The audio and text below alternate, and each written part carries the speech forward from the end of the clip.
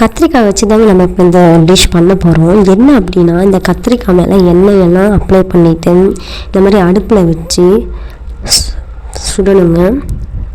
Wait பண்ணி தான் சுடணும். அது சுடுறது பார்த்தீங்கன்னா உங்களுக்கே தெரியும், மேலே வந்து தோல் வந்து கருப்பாகணும், நல்லா கொலன்னு ஆகணும். மேலே ஃபுல்லாக ஸ்கின் வந்து டைட்டாக இருக்கும். சுட சுட ஸ்கின் என்ன ஆகும் அப்படின்னா லூஸ் ஆகி நல்லா வந்து கொலன்னு மாற ஆரம்பிக்கும்.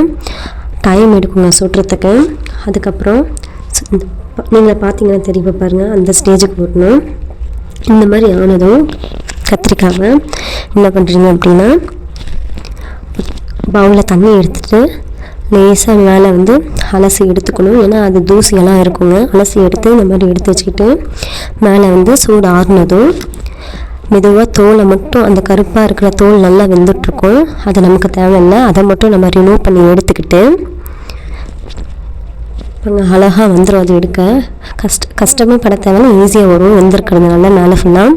அதுக்கப்புறம் இந்த மாதிரி எடுத்துகிட்ட அப்புறம் நெக்ஸ்ட் என்ன பண்ணுறீங்கன்னா, மேலே இருக்கிற அந்த காம்பு பகுதியை வந்துட்டு இது கத்தி வச்சு எடுத்துக்கோங்க.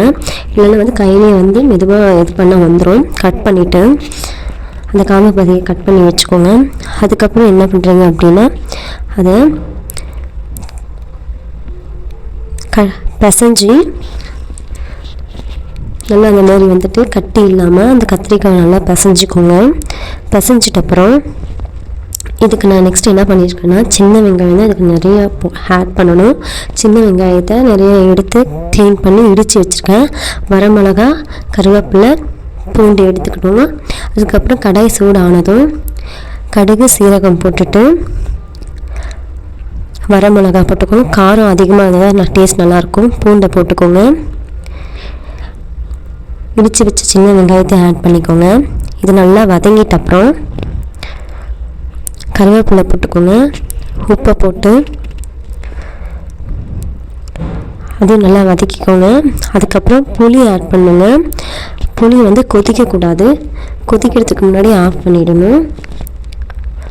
பாருங்கள், இந்த மாதிரி ஆனதும் உப்பு அதில் வந்து கத்திரிக்காயில் உப்பை போட்டு அதுவும் நல்லா பிசைஞ்சிக்கோங்க. அதுக்கப்புறம் அந்த ஃப்ரை பண்ணி வச்ச புளி தண்ணி வந்து அதில் ஊற்றிட்டு அதை நல்லா பிசைஞ்சிக்கோங்க. அவ்வளோதாங்க. இது தாங்க வந்து கத்திரிக்காய் பச்சடி அப்படின்னு சொல்கிறாங்க எங்கள் மாமியாரோட டிஷ்ஷுங்க. எங்கள் மாமியார் சொல்ல தான் நான் செஞ்சேன்.